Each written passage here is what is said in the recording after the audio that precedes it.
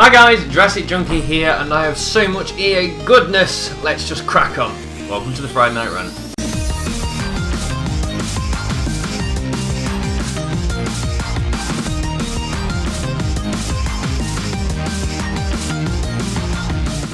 So, before we start with this, it's just been EA all this week, but to get us through it, I've decided to get a cheap-ass cocktail, and it is some pina colada. And once I consume this, I hope I get caught in the rain. See what I did there? So yes, this magnificent beast comes in at 4% volume, so let's see exactly what this swill tastes like. If you like pina coladas, get caught. Not that bad actually, not that great, but not that bad. So sod it, without further ado, EA time.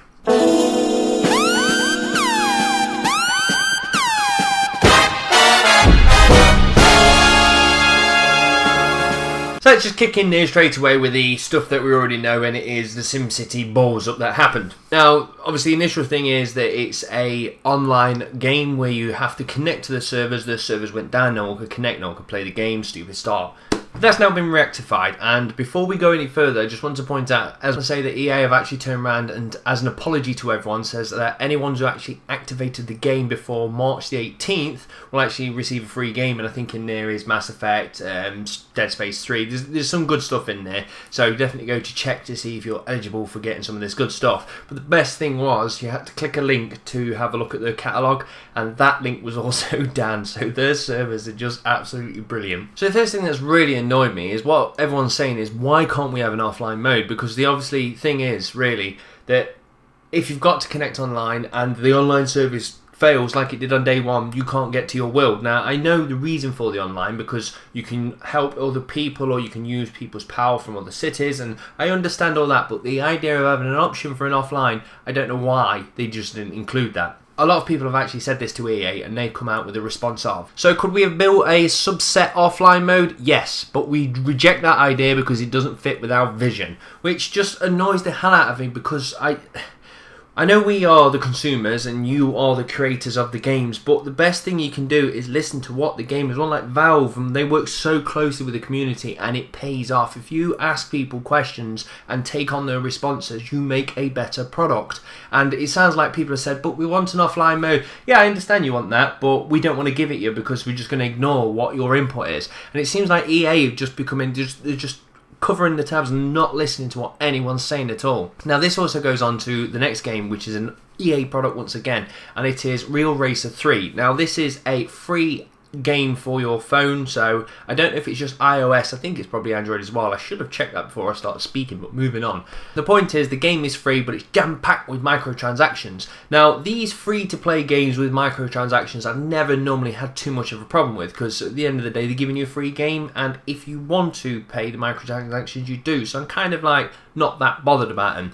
And I also personally got pulled in for the Jurassic Park game for the iOS, so where you've obviously got a theme park, and if you want to create something you put it down, and it takes probably an hour to actually build that building, and you can actually pay for it to be instantly built. Now that didn't bother me, because I thought, well, if I instantly built it, I've got nothing else to do, because you know what I mean, it's erected and that's done. And them kind of games I expect to have long periods of times of waiting, because that's the kind of style of the game, and that doesn't fit racing games. Now the idea of a racing game is obviously you go out on a track, if you get clips your car needs to be repaired or upgraded, and to do so, if you do something in the garage, it instantly puts a waiting time on the vehicle, so you can't race. Now this is the stupid thing. The idea of Jurassic Park is fine, I'll just do my little bit, get my money, feed my bloody dinosaurs, and I put it down because that's that kind of game. But with a racing game, you want to race, so if your car is out of action, you have got one option: to pay it or wait. That's your second option. But when you're a racing game, you want to get in there. Now a lot of people have started to complain, saying this is jam-packed, too many microtransactions, and there is no need for waiting period in the garage, it doesn't make any sense. And somebody's actually gone out and worked out just the waiting period. This isn't obviously playing the game, but to unlock all the cars, just the waiting period will become a total of 27 hours. Or if you want, you can just go in and just buy them all at $503, which is just absolutely ludicrous. So the idea is the entire game is just hanging on buy gold or unlock things with gold. And you can actually buy the gold coins at 1,000 gold coins for $99. Well, $99.99, so $100, which is just a ridiculous amount of money. And again, the community have turned around and says, we don't want this. And once again, EA turned around and responded. The vocal minority has lashed out, but the market has spoken, and this is the way things are going. So the thing is, this says the vocal minority, which to me, I don't think it's a vocal minority. I just think it's the vocal people. Anyone who enjoys it is probably not going to chuck their 2 cents out there. And it just annoys me that EA are ignoring more and more people. And it does look like this way it's going, because obviously we've got Dead Space 3 now with microtransactions. Command & Conquer is being re-released as a free-to-play game, which we know is going to be completely bombarded with microtransactions. So it just looks like this is the new way they're going, which is just even worse than the EA we knew before. On top of that, a bit of Battlefield 4 news. There's been an image leaked out on the internet, which has actually confirmed that we'll be getting proper Battlefield 4 information on March 26, which is a Tuesday, if I am correct. And the thing is, that's kind of surprised me, because I thought that EA and Microsoft was signed a contract together, and that was why you didn't see any EA games at the Sony conference, because I actually believe that it will all to be held just for the Microsoft conference, which will be held in April. So they're actually got theirs a bit before, so it's March 26th, so we'll be seeing some Battlefield 4 footage. Now, me personally, I shall be watching it because I want to see Battlefield 4, I want to see what it looks like. Will I be purchasing it? No. I don't know now. I love Battlefield. Battlefield is an amazing game and I want to play it. But they're putting microtransactions in it, and I can't do it. I want to give up on EA, but sadly they own like 50% to 75% of the games that I enjoy. So if I cut my nose off to spite my face, I won't play any games. So I can't just give up on EA. But I just think I am going to have to start to wean myself off certain series that I enjoy, and I think Battlefield's going to have to be one of them. Let's have a stop and a little bit of pina colada. If you like pina coladas. But the EA news don't stop there. Origin, which is like Steam, but found out that there is an exploit that people are using. Now, Steam uses a very similar thing. If you notice, when you go to a website, you'll see at the top it says http:// and then the URL. But if you actually go onto the Origin website, if you click on a link that wants Origin to activate something, you'll notice it'll actually say origin:// and then obviously a load of gubbins after it, which will then activate a game, play a game, uninstall a game, and it's just issuing commands from a website down to Origin. But a bunch of hackers have found out they can actually put some of their own gubbins at the end and actually force malware into your actual computer, which is great.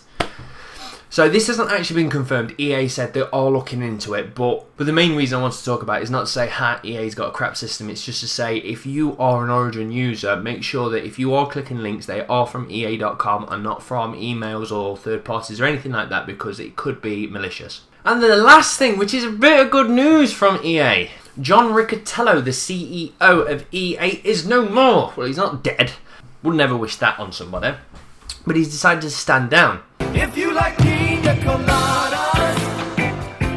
Now, he's been the CEO since 2007, and as I'll show this graph, since he kind of took over, shares have started to plummet. Now, I'm not saying that's his fault, because obviously there could have been many different things that could have caused this, but the point is, but obviously he does something wrong, because Wall Street actually voted him one of the top 8 CEOs that needs to be sacked in 2013, so obviously he's doing something wrong. But the thing that annoys me out of anything is he actually claims he's a gamer. Everyone that's in the industry always says, yeah, we play games, but every time someone questioned him or say, what games are you playing at the moment, he never responded. Now, I think this is out of fear, because personally I would have probably just chucked out something like Mass Effect, but then somebody might ask a question about Mass Effect, which obviously he doesn't know, and will actually show out that he's just a big fibber. So he's never confirmed what games he plays, and this is the stupid thing. Now, if I had a cake shop and I didn't enjoy cakes, I would still taste the cakes to make sure what I'm mixing tastes good. And the thing is, the same goes for people that work at EA. You've got to taste your products. You've got to play them yourself and go, you know what, this microtransaction is quite annoying, or you know what, this is really bad.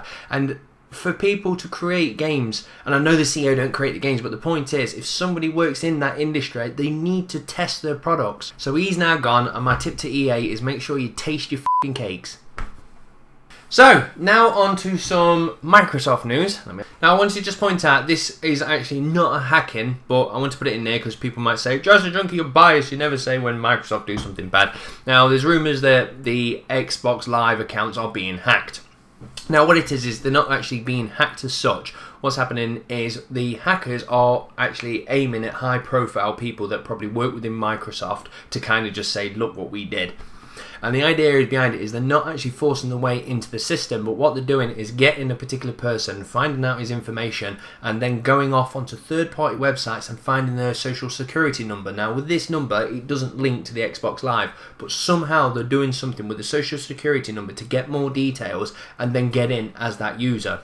Now, Microsoft says they're trying to close the loop around this and obviously working the officials to try and stop it. So personally, I don't think there's anything you've got to worry about yourself, because I don't think anyone's going to go try and find your social security number just to get into your account. But either way, if somebody can pretend to be someone and get into an account, it is a bad thing. So Microsoft need to close that net, and quickly. So see, for all them people who say don't bad Microsoft, you did bad. See, bad Microsoft. So the next thing I want to talk about is Nintendo, and I hate talking about Nintendo now because every time I do I say something bad and I actually feel like I'm just bashing them constantly, but I've just got to say my 2 cents because I just think they're playing stupid at the moment. Now the earnings forecast has come out for Nintendo, and they've actually said it's had to be modified to reflect lower than expected sales. And this is Nintendo saying this, because sometimes when I mention Nintendo stuff, everyone's like, well, it sold so many units. Yeah, you could tell me it sold 6 million units. That means nothing because that number is so big I can't fathom it and work out if it actually means profit or loss. But they did actually mention that the Wii U sales have done a negative impact on the actual profit of Nintendo. Now that's kind of understandable, because obviously if you make a machine and you sell it for so cheap, you've got to hope that loads of people buy games with it and then you make a profit. But there's your problem, it's the games. Now they've actually turned around and says they're not worried yet about the actual Nintendo Wii U's life. But then turn around and says, but we do have some heavy hitting titles coming out, which they said consists of Rayman, Monster Hunter 3 and the Wind Waker remake, which to me is just stupid because, for one, if somebody really wanted a Wind Waker remake, it's going to be a Nintendo fan who's probably purchased your console in the first place, so you're not going to catch any extra people. On top of it, Rayman is now being brought out to all consoles, so again, if I've got the choice to have it on the Xbox, I wouldn't go, you know what, it probably plays a bit better on the Wii U pad, so I'm going to buy a brand new console to just enjoy that experience.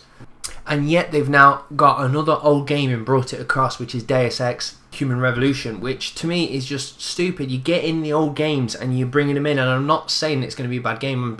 Probably the idea of doing the hacking and everything on the actual tiny little handheld screen would actually be quite fun. But again, there's no reason. So what I'm trying to say is the people that made the decision to buy the Wii U have done so. So you need to, one, keep giving them games to make them happy, because from what I've read on my Facebook, a lot of people are saying it's now collecting dust. And two, if you want us to buy a unit, give us a reason. Don't give us a game that all the other consoles are doing. It makes no sense. You need something big to get us in there. And just that idea of saying they're heavy-hitting games just seems nonsense. They're not heavy-hitting games at all. So yeah, it sounds like Nintendo is going through a bit of a bad patch, which can easily be rectified with just a massive load of games. Or Zelda on launch day could have worked. So the last thing I want to talk about is something very, very interesting. Now we shall see how this all pans out, but let me just hit you with what information I know so far. Digital content, that evil thing that we've started to take on board now. Personally, I didn't want it. I was like, no, digital, stay away. I'm going to be physical. And now I've started to buy a few digital games. In fact, I brought some great purchases on the cheap. So when it comes down to cheap digital content, I'm there. But the point still stands. The problem with digital content is, one, it's really expensive, but we're not going to talk about that right now. And second, you can't resell it. Or can we? Now the argument is, when you get digital content, do you own the content or are you just renting it from the license holder? Now there's the big debate saying what is correct on this. I'm not here to pick sides. What I am here to tell you is that Amazon actually put through a patent back in 2009 to have a digital second-hand marketplace, so you could go and sell your second-hand digital products online.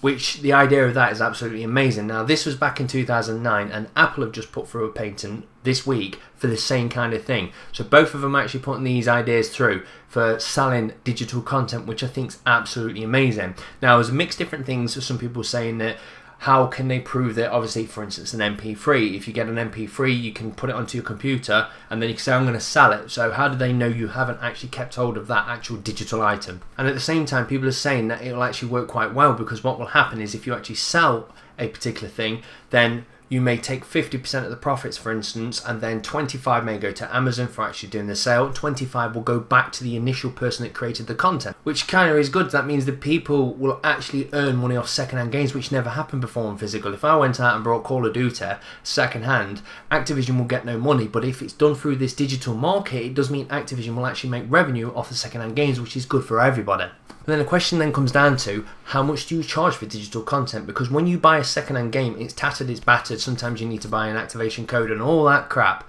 But if you're buying a digital item, it's brand new. It's as good as it was when that person purchased it 10 days ago, 10 months ago.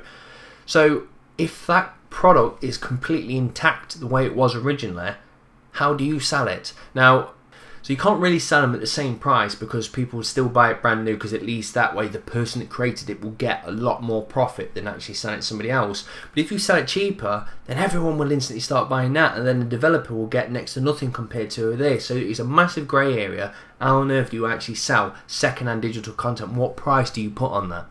But I think this is a great step forward. At the moment, they're just obviously talking about music, movies and books. But the idea is once this starts, hopefully it will be a snowball effect and bring it down to gaming.